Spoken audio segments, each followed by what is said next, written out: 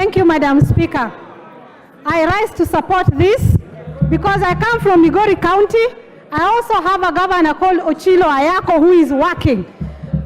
Honorable Osoro, Mr. Speaker, Madam Speaker, Honorable Osoro has a personal problem with Simba Arati.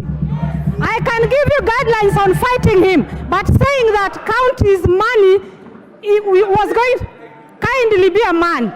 Stop being a woman in a market. Honorable Osoro is interfering with me. Honorable Osoro, I can tell you 100 times that you are shouting and your misbehavior cannot remove Simba Arati from his position.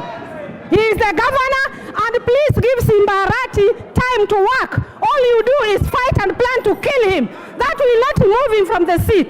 Madam Speaker, there's too much noise, I can't contribute. Madam Speaker. Yes. Madam Speaker, I support this. Madam Chair,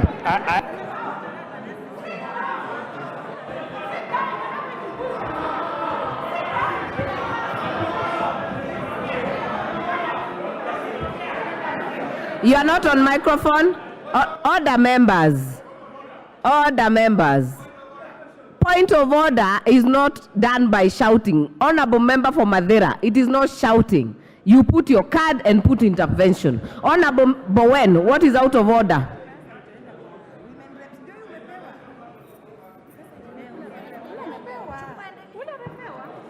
thank you, Madam Chair. Madam Chair, the debate before us, Madam Chair, is about division of revenue bill. But it is not about, I had the honorable member for Migori.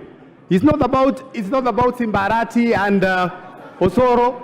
Osoro specified.